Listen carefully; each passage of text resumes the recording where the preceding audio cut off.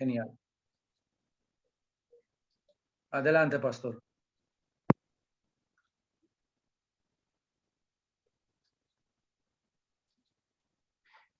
Bien, queridos hermanos y amigos, estamos entonces delante de un momento en el cual vamos a meditar en un tema muy interesante.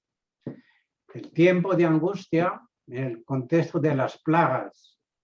Y hoy, en este momento, vamos a centrarnos en los adoradores de la bestia y su imagen en el tiempo de angustia. Vamos a leer algunos textos y la pregunta que tenemos que respondernos es ¿por qué deben pasar por el tiempo de angustia aquellos adoradores de la bestia y de su imagen? Si ya ciertamente están condenados, ¿por qué tienen que pasar? Vamos adelante.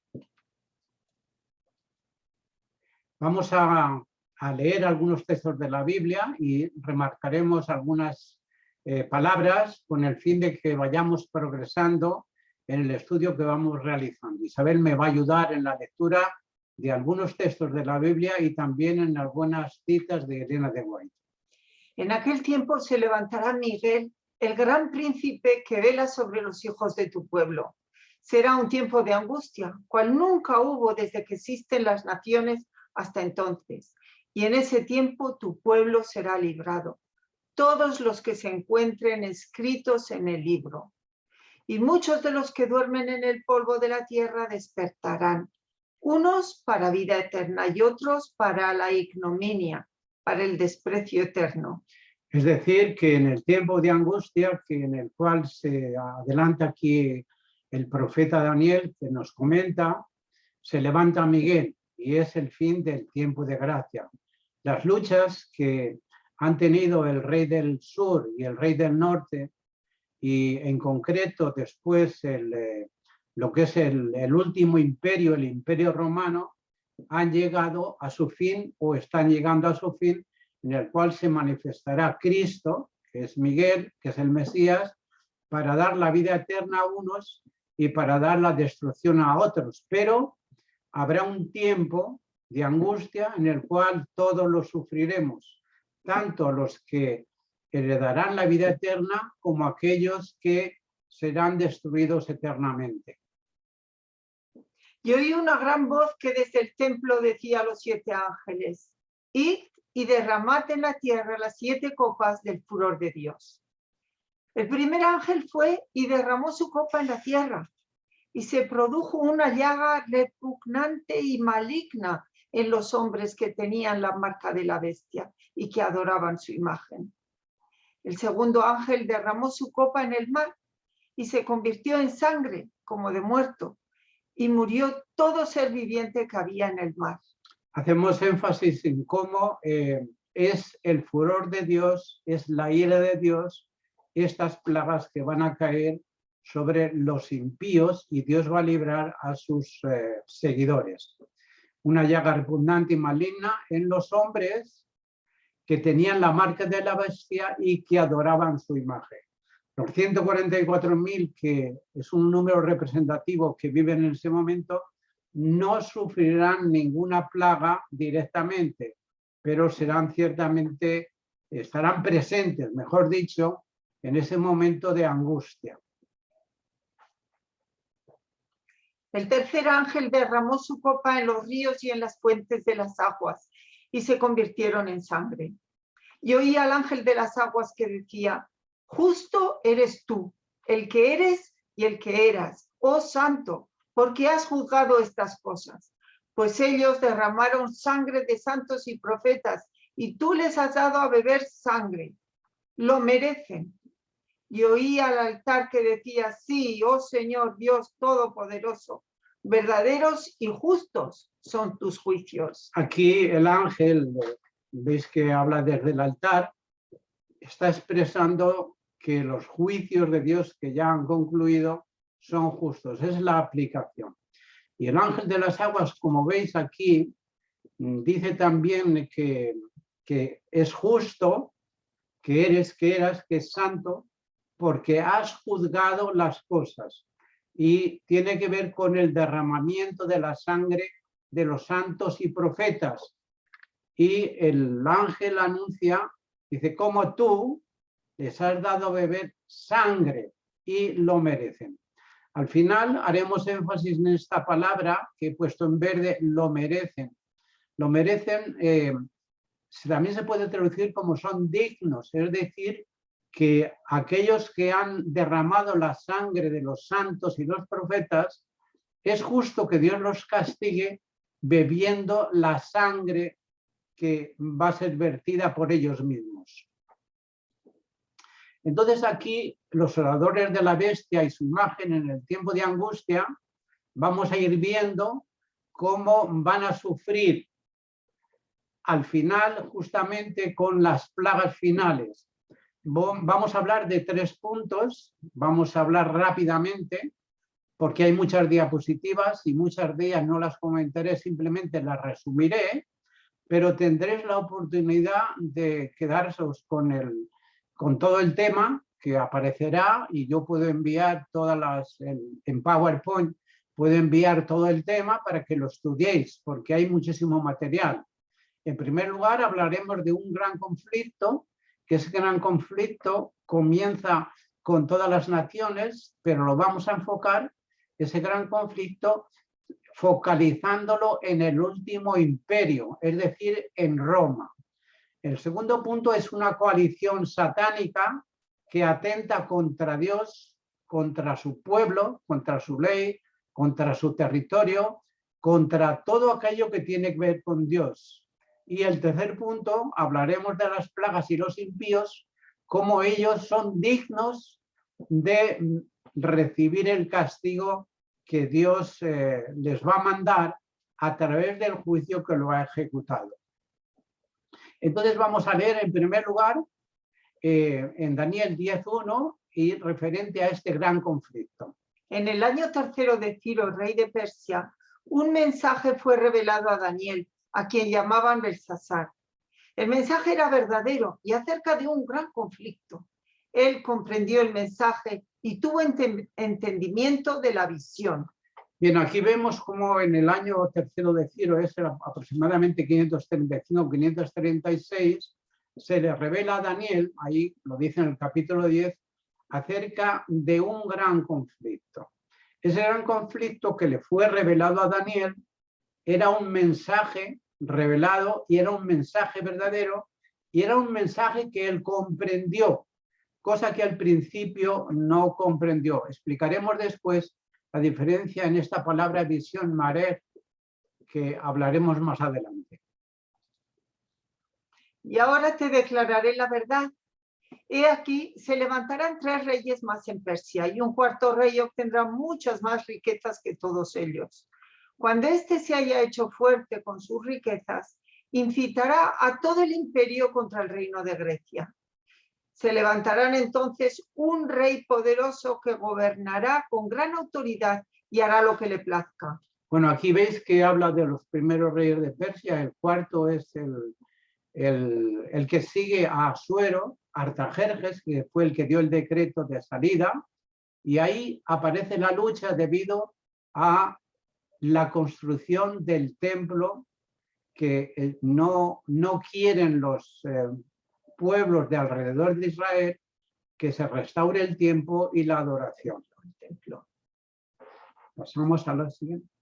Pero cuando se haya levantado, su reino será fragmentado y repartido hacia los 4 vientos del cielo, no a sus descendientes ni según el poder que ejerció, pues su reino será arrancado y dado a otros fuera de ellos. Entonces el rey del sur se hará poderoso y uno de sus príncipes se hará más poderoso que él y dominará. Su dominio será un gran dominio.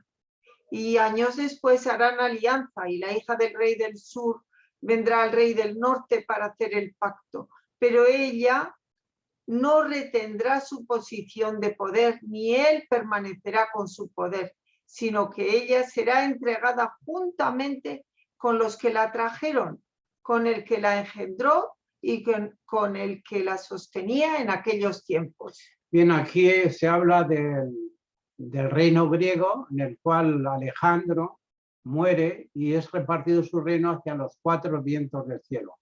Aquí están todos los teólogos adventistas de acuerdo. Sin embargo, aquí el reino que es arrancado y dado a otros fuera de ellos, aquí la mayoría de los teólogos adventistas hablan de la división del reino griego, pero el doctor Duncan no habla de eso. Aquí él habla del reino de Roma, al que es seguido, el reino que es seguido de Babilonia, Medo-Persia, Grecia, es Roma.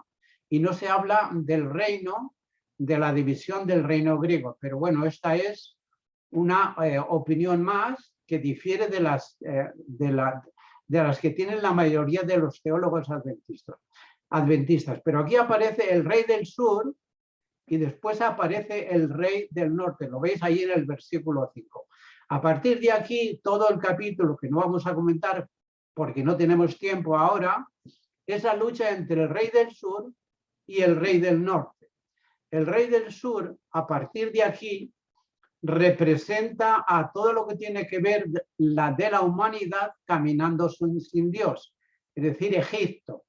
Y el rey del norte representa al cristianismo apóstata que va a atentar contra Dios y contra su pueblo, contra su ley, contra el Mesías y contra su gobierno.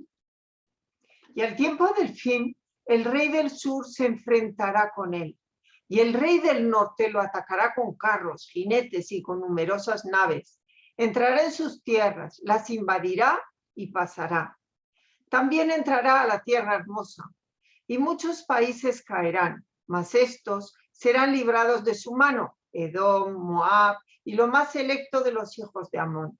Y extenderá su mano contra otros países, y la tierra de Egipto no escapará. Veis aquí en el tiempo del fin, que es a partir, eso está todo el mundo de acuerdo, en 1798, a partir de ahí comienza el tiempo del fin y aparece el rey del sur, como veis, y el rey del norte, la pelea entre el rey del sur y el rey del norte.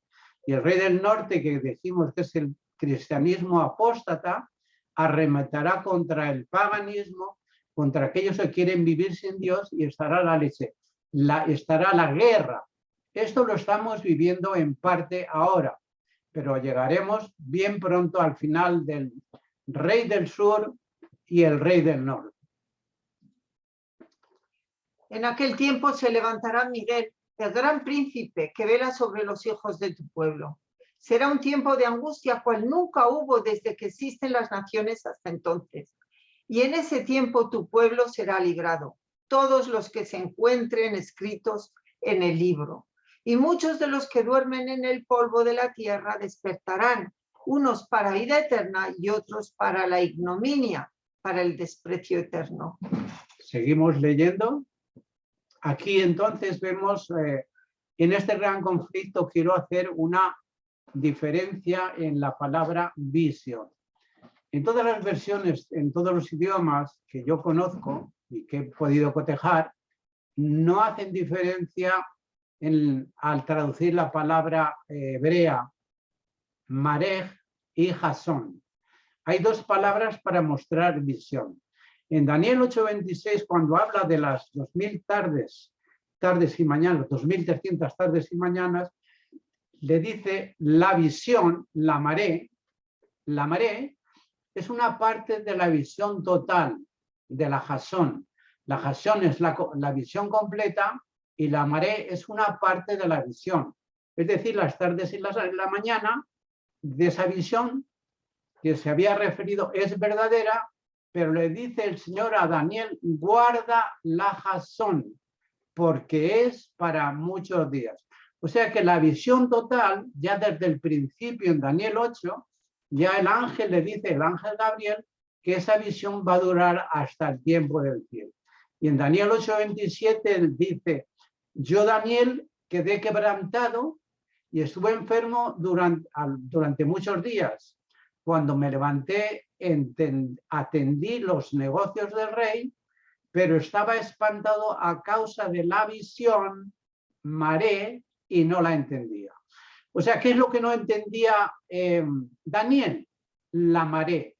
Es decir, parte de la visión completa que abarcaba desde el reino de Nabucodonosor hasta la venida de Cristo.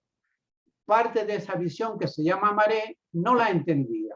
Y después le pregunta al ángel y entonces comprendió la Maré.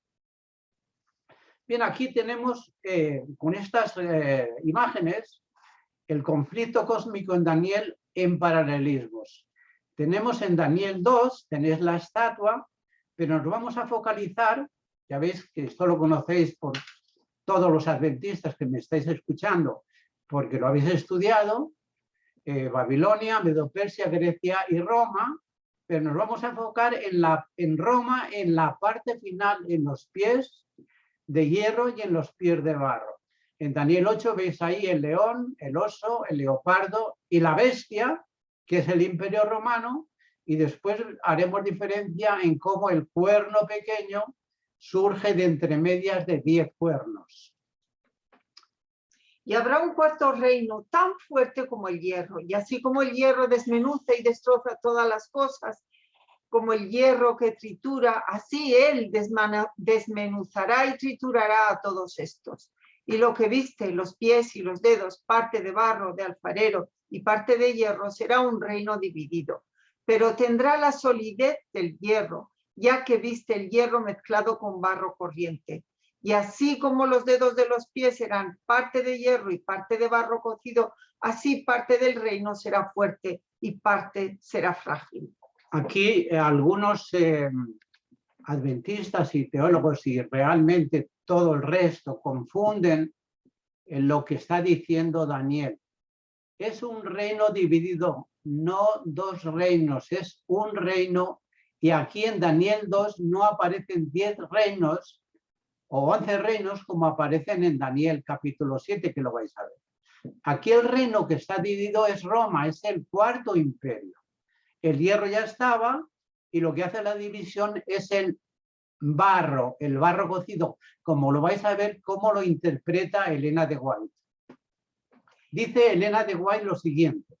La mezcla del poder de la Iglesia y el poder del Estado está representado por el hierro y la arcilla.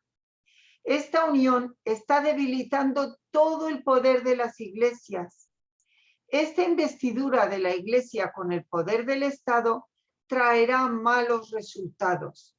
Los hombres han sobrepasado casi el límite de la paciencia de Dios. Ellos han invertido sus fuerzas en políticas y se han unido con papado. Sin embargo, el tiempo vendrá cuando Dios castigará a aquellos que han hecho nula su ley y su mal trabajo recaerá sobre ellos mismos. Bien, aquí veis que Elena de White habla del poder de la Iglesia y el poder del Estado y tratan de unirse por medio de alianzas. Por cierto, hay una cosa que tenemos que corregir, se han unido con el papado. Ahí falta un artículo que tenemos que añadir. Bueno, ya lo añadiremos más tarde.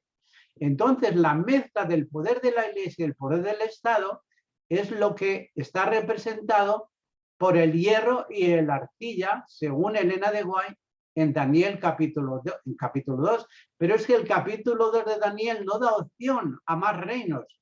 El reino es, por un lado, el hierro y por otro lado, la arcilla. En cuanto al hierro mezclado con barro corriente que has visto, se mezclarán mediante simiente humana, pero no se unirán el uno con el otro, como no se mezcla el hierro con el barro. En los días de estos reyes, el Dios del cielo levantará un reino que jamás será destruido, y este reino no será entregado a otro pueblo.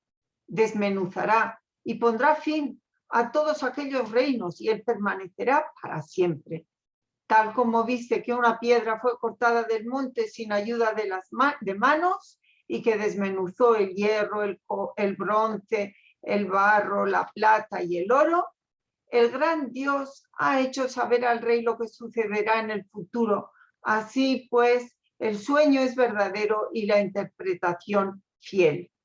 El profeta Daniel nos dice que en los días de estos reyes son dos reyes, el rey del hierro y el rey del barro, es decir, el imperio romano. Y fijaos bien que dice aquí en la segunda línea que tratan de unirse por simientes humanas, pero no se unirán el uno con el otro, no los unos con los otros, como dicen algunos. El hebreo, o mejor dicho, ahí en este caso es arameo, ahí no habla de los unos con los otros, habla del uno con el otro, y es el hierro y el barro, y pone el ejemplo de cómo el hierro y el barro no se pueden unir de la misma forma. Estos dos reinos, que es la política y la religión, no se unirán el uno con el otro. Entonces aquí nuevamente os recordamos mediante esta imagen ese paralelismo de ese conflicto cósmico en el libro de Daniel. En las 4 visiones proféticas que hay, siempre se repite lo mismo. En Daniel 7 aparece el cuerno pequeño que representa la religión y los 10 cuernos que representan la política, y aquí sí que aparecen 10 reinos, pero por un lado es la política y por otro lado es la religión. Bueno, aquí doy una secuencia de cómo podéis ver los años en los cuales intervienen Daniel 2 y Daniel 7 y cómo Roma, que es el cuarto imperio, es dividida en el 476, cuando en el hierro y en la arcilla, que es la religión, y cómo el papado, por medio de sus ayudados, destruye a los vándalos, a los ostrogodos y a los érulos. Bien, aquí tenemos un gráfico muy interesante para que nos centremos. Nos vamos a centrar en el cuarto imperio y vamos a pasarlo rápidamente para que lo podáis estudiar después, porque ahora no tenemos tiempo. Babilonia, Medo-Persia, Grecia y Roma. Pero Roma va desde el año 168 antes de Cristo, pasando por la división de Roma en el 476 y continúa hasta el fin, que no sabemos cuándo llegará. Entonces, estas bestias del Apocalipsis durante el periodo romano, según Daniel 2, 7, 8, 9 y del 10 al 12, focalizando en la cuarta bestia de Daniel, cubre todo el periodo desde el 168 a.C. hasta su destrucción por la piedra. Es decir, que en el Apocalipsis tenemos 6 bestias, como veis aquí, numeradas: el dragón, la bestia del mar, que es el poder religioso católico utilizando el poder político, la bestia del abismo, que es el representado por el ateísmo francés, la bestia de la tierra, que representa a los Estados Unidos, la bestia escarlata, que representa a la humanidad sin Dios, es el ateísmo, es el poder político, y la imagen de la bestia, que representa al protestantismo unido a los Estados Unidos.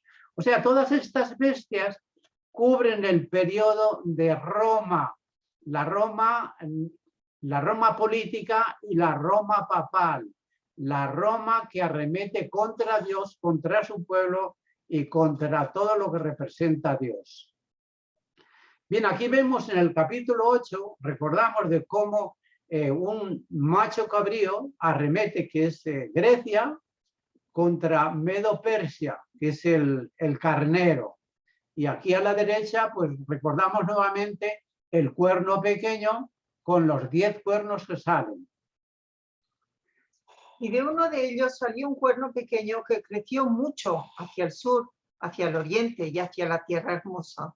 Creció hasta el ejército del cielo e hizo caer a la tierra parte del ejército y de las estrellas y las pisoteó. Se engrandeció hasta igualarse con el jefe del ejército. Le quitó su sacrificio continuo y fue derribado en lugar de su santuario. Y el ejército será entregado al cuerno, junto con el sacrificio continuo a causa de la transgresión.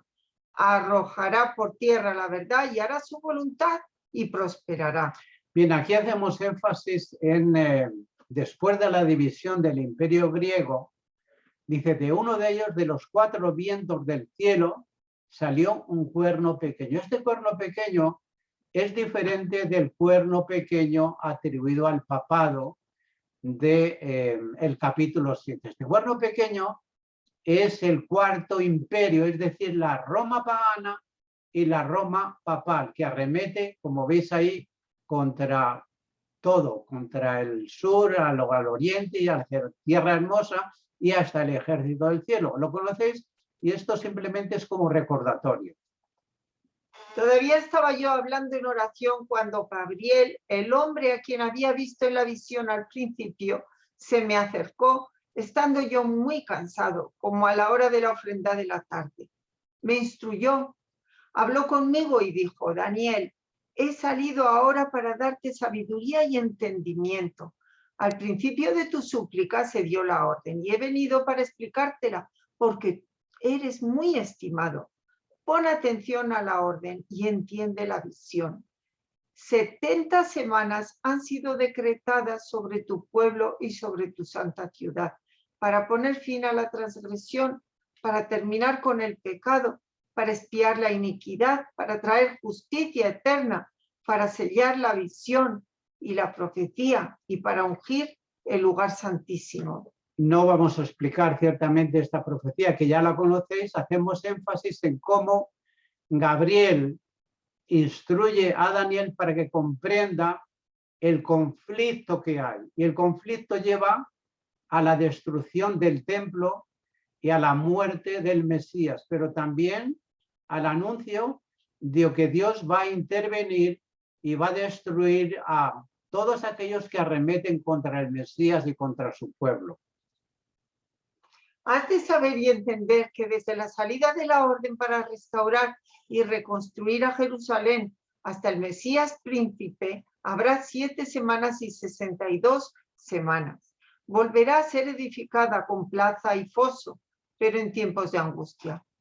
Después de las 62 semanas el Mesías será muerto y no tendrá nada. Y el pueblo del príncipe que ha de venir destruirá la ciudad y el santuario. Su fin vendrá con inundación. Aún hasta el fin habrá guerra. Las desolaciones están determinadas. Y él hará un pacto firme con muchos por una semana, pero a la mitad de la semana pondrá fin al sacrificio y a la ofrenda de cereal. Sobre el ala de abominaciones vendrá el desolador, hasta que una destrucción completa, la que está decretada, sea derramada sobre el desolador. Bien, aquí hacemos énfasis en cómo pasadas esas 70 semanas, o al llegar al final de esas 70 semanas, de 62 semanas, el Mesías es muerto y realiza un pacto. Ese pacto lo realiza con todos sus hijos y dentro del conflicto que hay, el conflicto que veis ahí, que vendrá como una inundación, arrasa con el Mesías príncipe. Y está sobre el ala de las abominaciones, dice que vendrá el desolador. Ese desolador es el Imperio Romano que mata el Mesías junto con el pueblo de Israel y se producirá una destrucción completa porque así estaba revelado y decretado. Hasta que llegue el momento de que el desolador, que es Roma, sea destruido. Es lo que estamos esperando, que el Imperio Romano finalmente, al tiempo del fin, sea destruido y el reino lo reciban los santos del Altísimo. Gabriel entonces aquí le va a explicar la visión y vamos a hacer diferencia. Y he venido para darte a conocer lo que sucederá a tu pueblo al final de los días, porque la visión, Jasón, es para días aún lejanos. Cuando habló conmigo estas palabras, volví mi rostro a tierra y enmudecí. Y he aquí uno semejante a un hombre tocó mis labios. Entonces abrí mi boca y hablé y dije al que estaba delante de mí: Señor mío, a causa de la visión, Mará, me ha invadido la angustia y me he quedado sin fuerzas. Aquí el ángel hace diferencia entre la Jasón, que dice que es para días futuros, para el final de los días, para tiempos lejanos, la Jasón de la Mará. Lo que en un principio Daniel no comprendió en el capítulo 8, la maré, que La palabra Mará es la misma, pero en femenino. Y Daniel aquí sí que comprende. Aquí comprende la Mará como se lo explica el ángel. Bueno, aquí vamos a saltarnos estas frases porque ya lo tenéis ahí, os lo dejamos para que lo estudiéis vosotros. Pasamos a la siguiente también. Y bueno, aquí pasamos ahora al punto 2, una coalición satánica, un gran conflicto que va a venir y que va a terminar con el tiempo de angustia. El sexto ángel derramó su copa sobre el gran río Éufrates y sus aguas se secaron para que fuera preparado el camino para los reyes del oriente. Y vi salir de la boca del dragón, de la boca de la bestia y de la boca del falso profeta a 3 espíritus inmundos semejantes a ranas, pues son espíritus de demonios que hacen señales, los cuales van a los reyes de todo el mundo a reunirlos para la gran batalla del gran día del Dios Todopoderoso. He aquí vengo como ladrón. Bienaventurado el que vela y guarda sus ropas, no sea que ande desnudo y vean su vergüenza. Y los reunieron en el lugar que en hebreo se llama Armagedón. Bien, ahora vamos a hacer énfasis en esa coalición satánica, en ese gran conflicto, en el contexto de las plagas. Y veremos por qué esas plagas caen sobre los que tienen la marca de la bestia y de ninguna forma podrán librarse de ellas. Veis ahí cómo Juan ve salir de la boca del dragón, de la boca de la bestia y de la boca del falso profeta. El dragón es Satanás, la bestia es el papado utilizando los gobiernos políticos y el falso profeta es el protestantismo. Los tres son guiados por espíritus de demonios que van a los reyes de la tierra a través de las señales que hacen para reunirlos para la batalla del gran día del Dios Todopoderoso. Y esa batalla que tiene que venir se llama Armagedón. Esto ya hablaremos en otro momento si tenemos la oportunidad. Bien, aquí tenemos nuevamente recordando las visiones y nos centramos, es un recordatorio en el tiempo del fin, en esa bestia que tiene 10 cuernos, que al salir el cuerno pequeño quebró a 3 de ellos y quedaron por un lado 7 cuernos que representan el hierro y el cuerno pequeño que representa el papado representa al cristianismo apóstata. Entonces aquí el cuerno pequeño va a crear una situación que se llama la abominación desoladora. Esto ya ocurrió en toda la Edad Media y esa abominación desoladora va a continuar hasta que llegue el tiempo del fin. Leemos aquí 2 citas. Las fuerzas abrumadoras serán barridas ante él y destruidas, así como también el príncipe del pacto. Bueno, vemos aquí cómo es el cuerno pequeño de Daniel 8, junto con el papado y junto con el imperio romano. Aquí en Daniel 11:22 es el imperio romano el que ataca al príncipe del pacto y lo crucifica, lo hace morir. Y en el versículo 31 leemos: y de su parte se levantarán tropas, profanarán el santuario, fortaleza, abolirán el sacrificio perpetuo y establecerán la abominación de la desolación. Es decir, que en Daniel 11:22 se habla de Roma política, que arremete contra Cristo y lo crucifica. Y en Daniel 11:31 está hablando del cuerno pequeño del papado que establece la abominación desoladora. Todo esto lo sabéis. La abominación desoladora es la suplantación del príncipe del pacto, de todo aquello que tiene que ver con la intercesión, y la abominación desoladora que establece el papado tiene que ver con su propia intercesión a través del sacerdocio de los curas. En el mes primero, que es el mes de Nisan, el año 12 del rey Asuero, abril 474, se echó el pur, es decir, la suerte, delante de Amán, para cada día y cada mes hasta el mes 12, que es el mes de Adar. Y Amán dijo al rey de Asuero: hay un pueblo esparcido y diseminado entre los pueblos en todas las provincias de tu reino. Sus leyes son diferentes de las de todos los demás pueblos y no guardan las leyes del rey. Así que no conviene al rey dejarlos vivos. Si al rey le parece bien, decrétese que sean destruidos y yo pagaré 10.000 talentos de plata en manos de los que manejan los negocios del rey para que los pongan en los tesoros del rey.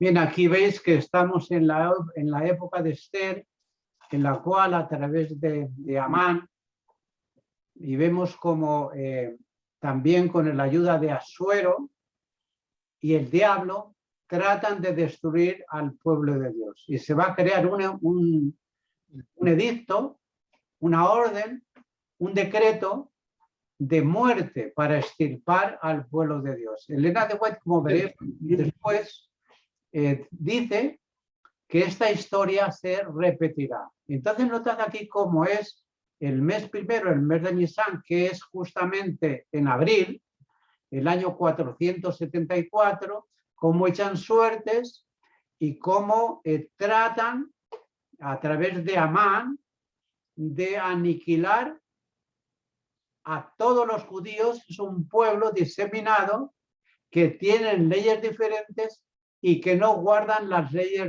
del rey, del reino, y que quiere que se decrete y que sean destruidos.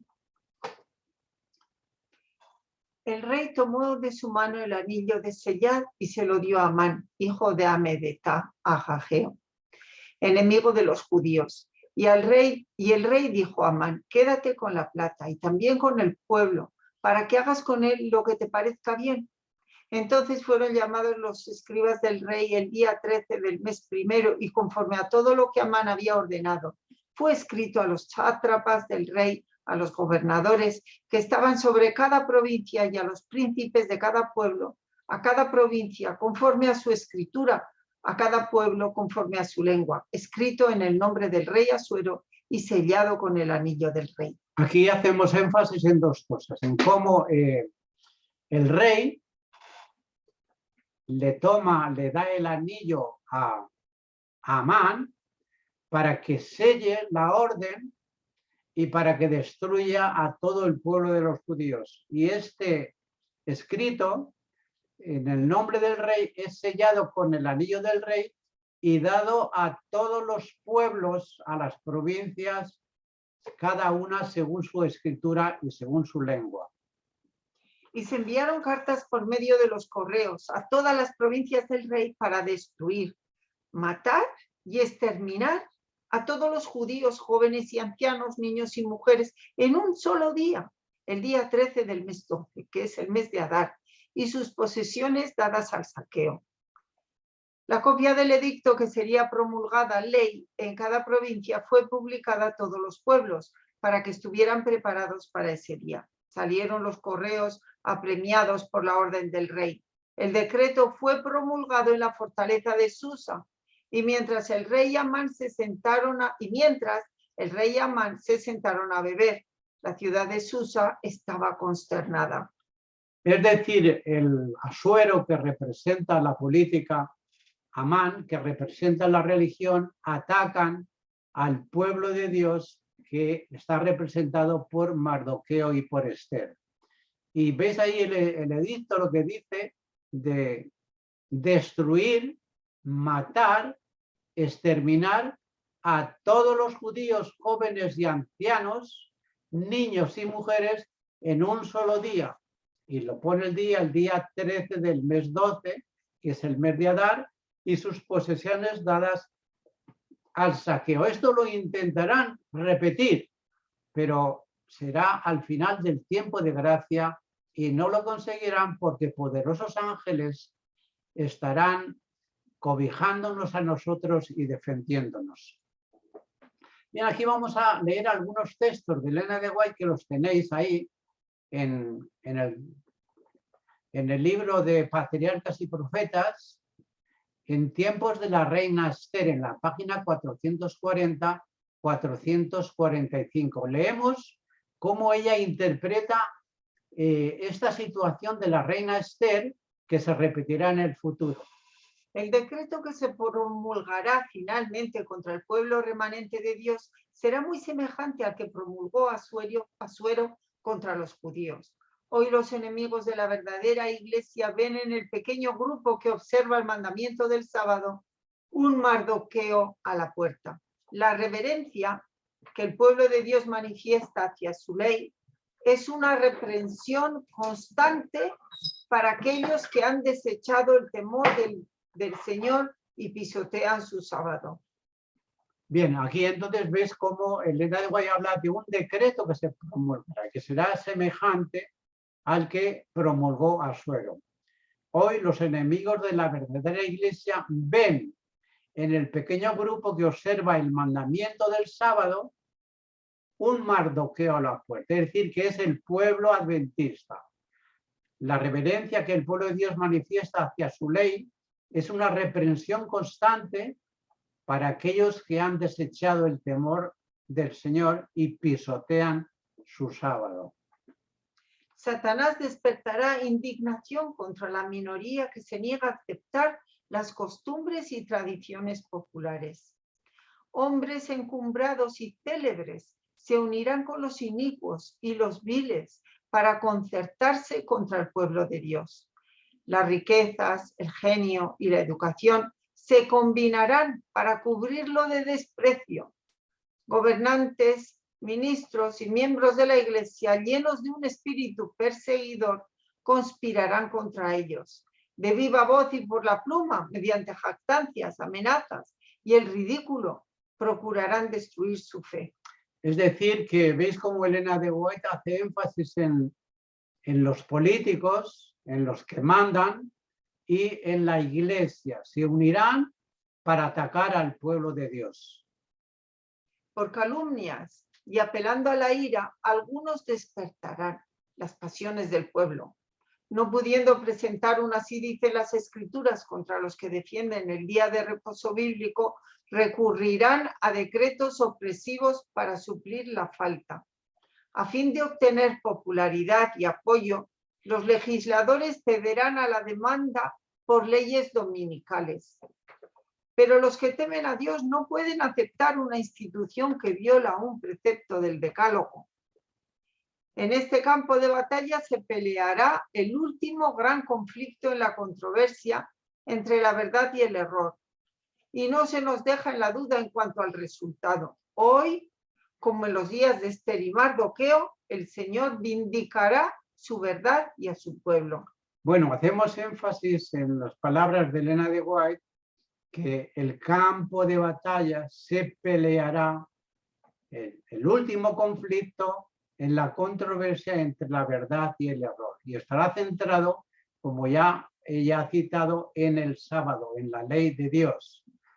Y hoy dice, como en los días de Esther y Mardoqueo, el Señor vindicará su verdad y a su pueblo.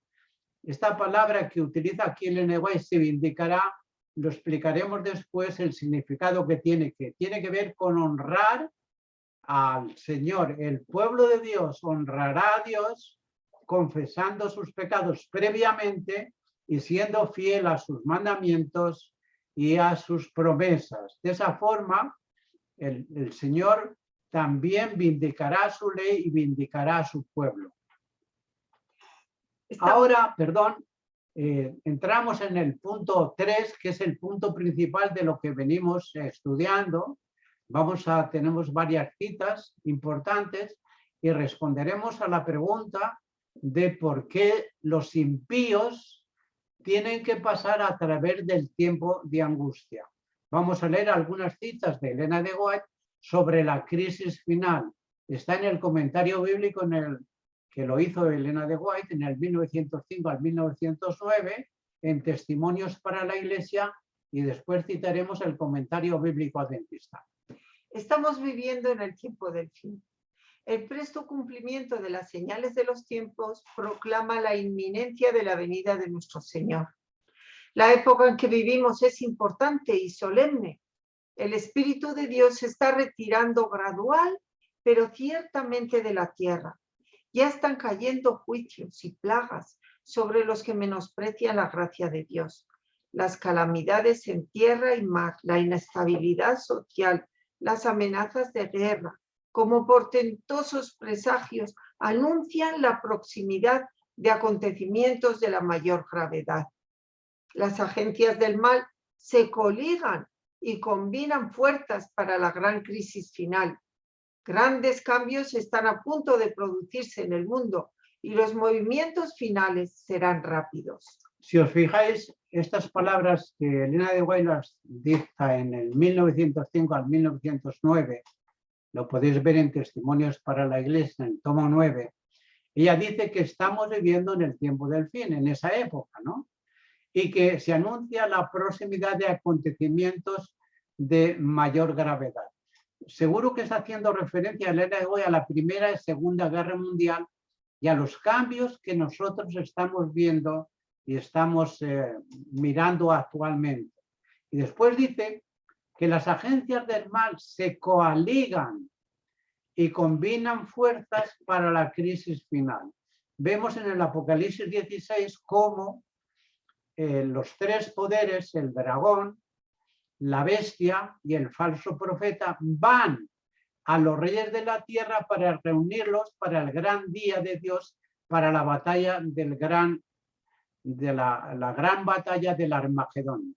Entonces dice ya también cómo grandes cambios están a punto de producirse en el mundo y los movimientos finales serán rápidos. Prestemos atención a estas palabras, hermanos, porque estamos más cerca de la venida de Cristo posiblemente de lo que estemos pensando.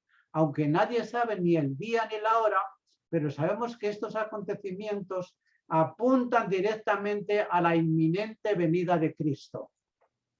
Bueno, aquí vamos a citar en el comentario bíblico adventista. Yo lo he traducido, no tengo el comentario bíblico adventista en español, lo tengo en inglés y para referirlo pues lo he traducido yo directamente. Pero fijaos lo que habla Elena de White sobre el capítulo 17 del Apocalipsis, en el cual se habla de la ramera que monta a la bestia escarlata. Ya dijimos que la ramera es el papado juntamente con todas las iglesias apóstatas y la bestia escarlata representa el paganismo, representa al ateísmo. Y Elena de White dice lo siguiente. En el capítulo 17 de Apocalipsis está predicha la destrucción de todas las iglesias que se corrompen por la devoción idolátrica al servicio del papado, aquellas que han bebido del vino de la ira de su fornicación. Así es representado el poder papal, el cual con todos sus engaños de injusticias por atracciones exteriores y atractivas muestras, engaña a todas las naciones, prometiéndoles, como hizo Satanás a nuestros primeros padres, de todo lo bueno para aquellos que reciban su marca y todo el daño a aquellos que se oponen a sus falacias. El poder que tiene la corrupción interior profunda hará la más grande demostración y se vestirá con las mejores señales elaboradas de su poder. Bien, aquí veis cómo Elena de White interpreta a través de esa mujer es representado el poder papal. La Biblia declara completamente que esto abarca una corrupta y engañosa maldad. Sobre su frente había un nombre escrito, misterio, Babilonia la Grande, la madre de las rameras y abominaciones de la tierra. ¿Qué es lo que da su reino a este poder? El protestantismo. Un poder que en tanto que profesando tener el temperamento y el espíritu de un cordero y estar unido al cielo, habla con la voz de un dragón. Es movido por un poder de abajo. Vale. Bien, aquí notamos la pregunta que hace Elena de White. Dice ella, ¿qué es lo que da su reino a este poder? Le da la fuerza. Y ella dice que es el protestantismo. Aquí hay mucha confusión en la interpretación de la labor que hace el protestantismo. El protestantismo, Elena de White interpreta que es la imagen de la bestia. Es decir, que a través de la imagen de la bestia, y la bestia, recordad que es la bestia del mar que representa el papado utilizando los poderes políticos, lo que se levanta como imagen de la bestia, de acuerdo a lo que dice Elena de White, es el protestantismo apóstata y entregará el poder a quien, al papado, a través de los Estados Unidos de Norteamérica. Pero veis como teniendo la imagen de un cordero, que es la bestia que surge de la tierra, Estados Unidos, sin embargo dice que habla como dragón. Ahora vamos a ver la cita de los 10 cuernos de Apocalipsis 17 y cómo lo interpreta Elena de White. Y los 10 cuernos que viste son 10 reyes, que todavía no han recibido reino, pero que por una hora reciben autoridad como reyes con la bestia. Estos tienen un mismo propósito y entregarán su poder y autoridad a la bestia. Estos pelearán contra el Cordero y el Cordero los vencerá porque Él es Señor de señores y Rey de reyes. Y los que están con Él son llamados, escogidos y fieles. ¿Cómo interpreta Elena de White los 10 cuernos que están sobre la bestia escarlata? Dice que tienen un mismo propósito y es entregar su poder y autoridad a la bestia. Y a la bestia, sin duda alguna, que se está refiriendo aquí a Roma, es decir, a la bestia escarlata, pero que está cumpliendo la función del hierro junto con la ramera. Dice, estos, es decir, los 10 reyes, los 10 cuernos de la bestia escarlata, pelearán contra el Cordero y el Cordero los vencerá. Veamos ahora cómo interpreta Elena de White esta cita. Estos tienen una mente. Habrá un vínculo de unión universal, una gran armonía, una confederación de fuerzas satánicas, y darán su poder y fuerza, autoridad, a la bestia. Así se manifiesta el mismo arbitrario, opresivo poder contra la libertad religiosa. Libertad para adorar a Dios según los dictados de conciencia, como fue manifestado por el papado cuando en el pasado persiguió a los que rehusaron conformarse con los ritos religiosos y las ceremonias del romanismo. Es decir, que los 10 cuernos que hay en la bestia escarlata de Apocalipsis 17, lo veis que ahí lo dice el ángel, es Gabriel, que darán su poder y su autoridad a la bestia. Pero esta bestia a la vez está representada junto con la mujer que la monta, están representando justamente al resurgir de la bestia, de la imagen de la bestia, mejor dicho, de la imagen de la bestia que arremeterá finalmente contra el pueblo de Dios y utilizando los poderes de Norteamérica y también de todos los gobiernos de la tierra, porque fijaos bien que habla de una coalición, un vínculo de unión universal, una gran mayoría, una confederación de fuerzas satánicas. Es decir, que estarán absolutamente todos los reyes de la tierra que habrán formado lo que es la imagen de la bestia, guiados en un principio por el protestantismo. El protestantismo actuará en los gobiernos de los Estados Unidos para imponer la marca de la bestia, es decir, el domingo, y que se dicten leyes para que sea perseguido el pueblo de Dios. En la batalla que se librará en los últimos días, estarán unidos en oposición al pueblo de Dios todos los poderes corruptos que han apostatado de la lealtad a la ley de Jehová. En esta batalla, el sábado del cuarto mandamiento será el punto central de la gran contienda, porque en el mandamiento del sábado el gran legislador se identifica a él mismo como creador de los cielos y de la tierra. Bien, aquí veis dos cosas principalmente.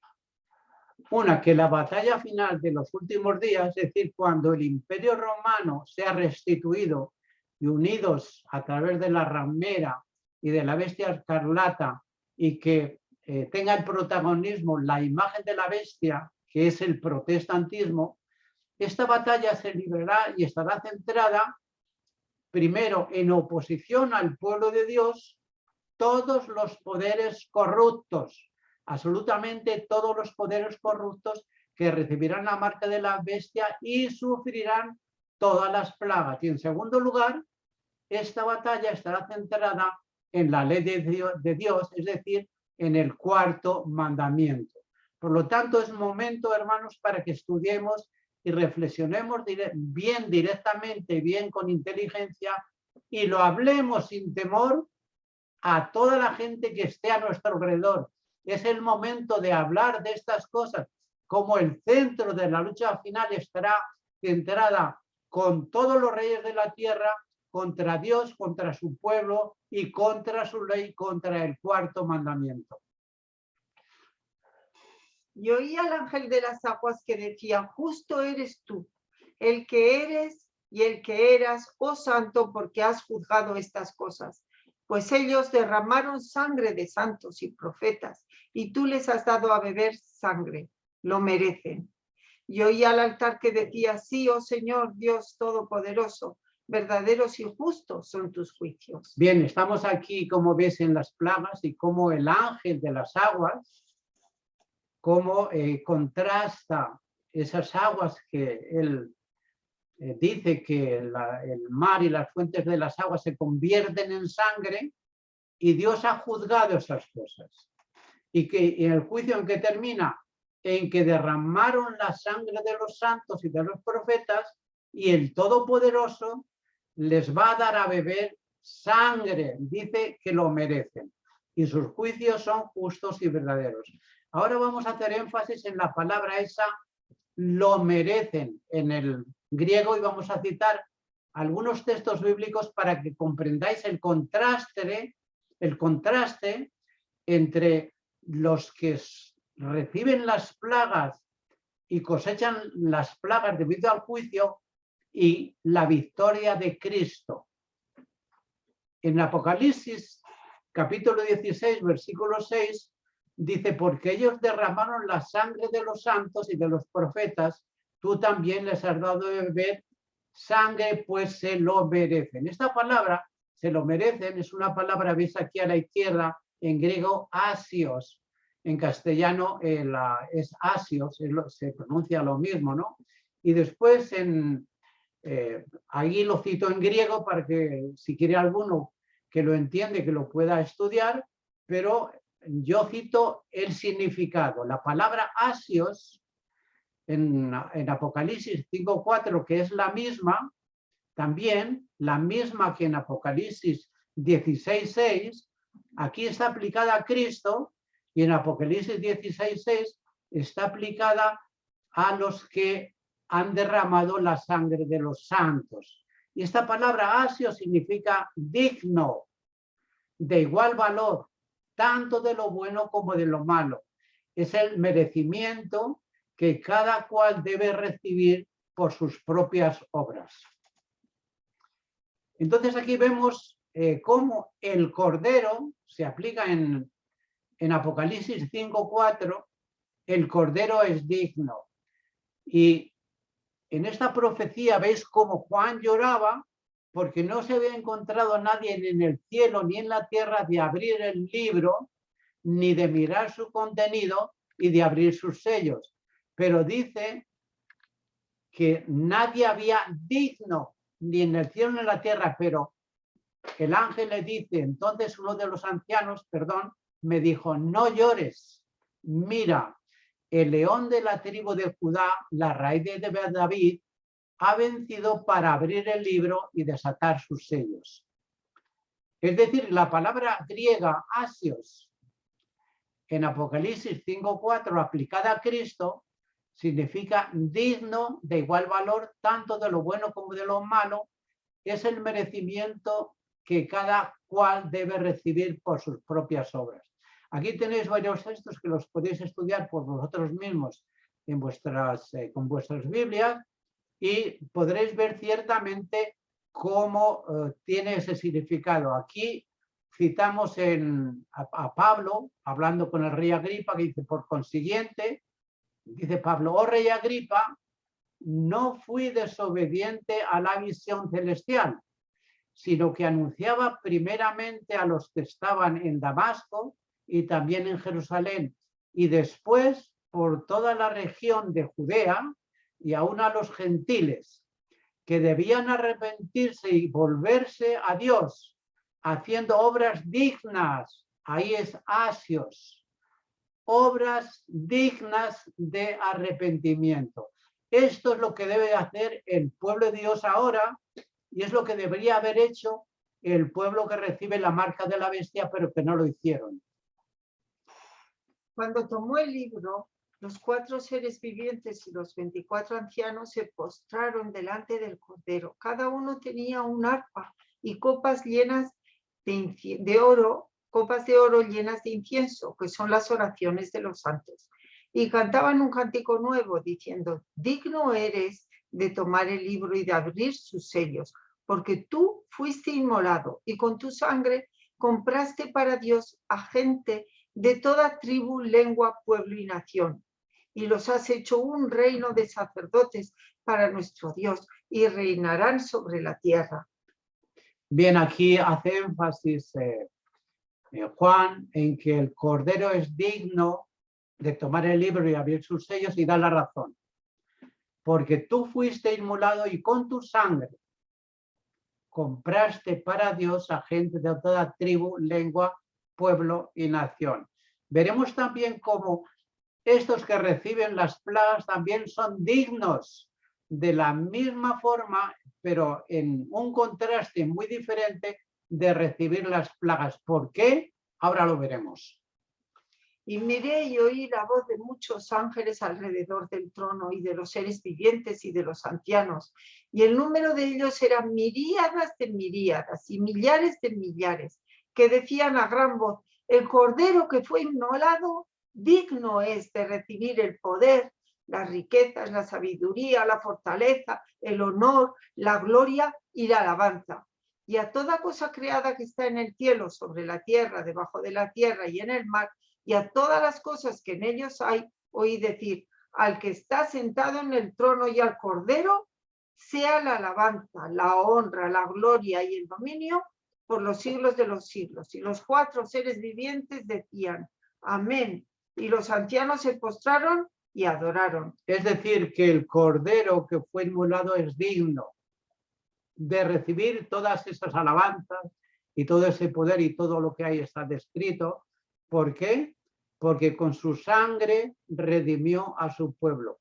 De la misma forma vais a ver ahora cómo ese pueblo que recibe la marca de la bestia es también digno de recibir la muerte y sufrir las plagas y recibir todo el sufrimiento y la angustia que merecen por haber derramado la sangre de los santos.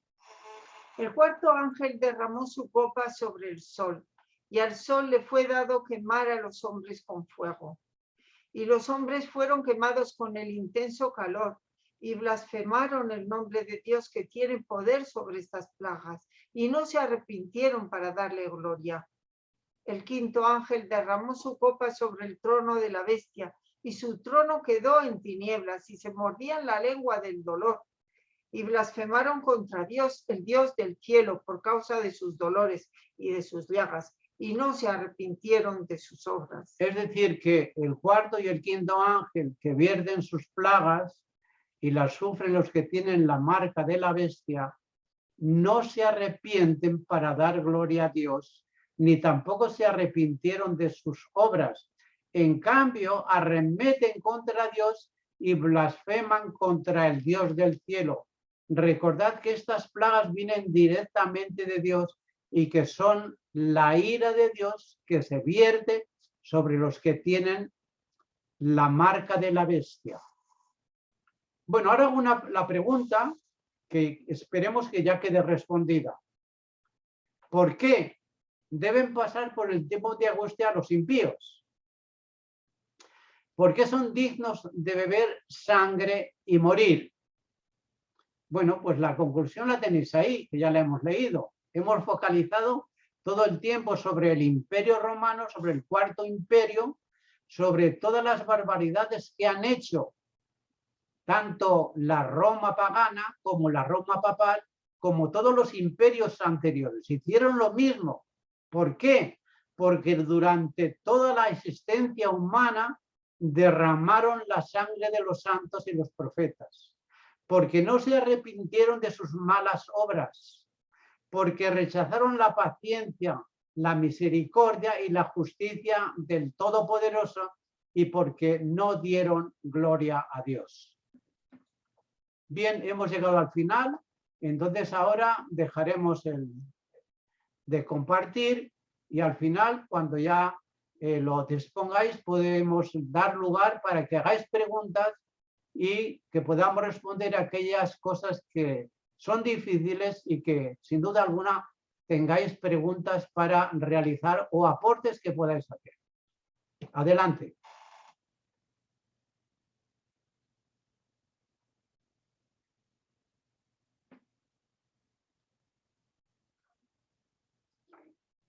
Hace vuelta, ¿ya?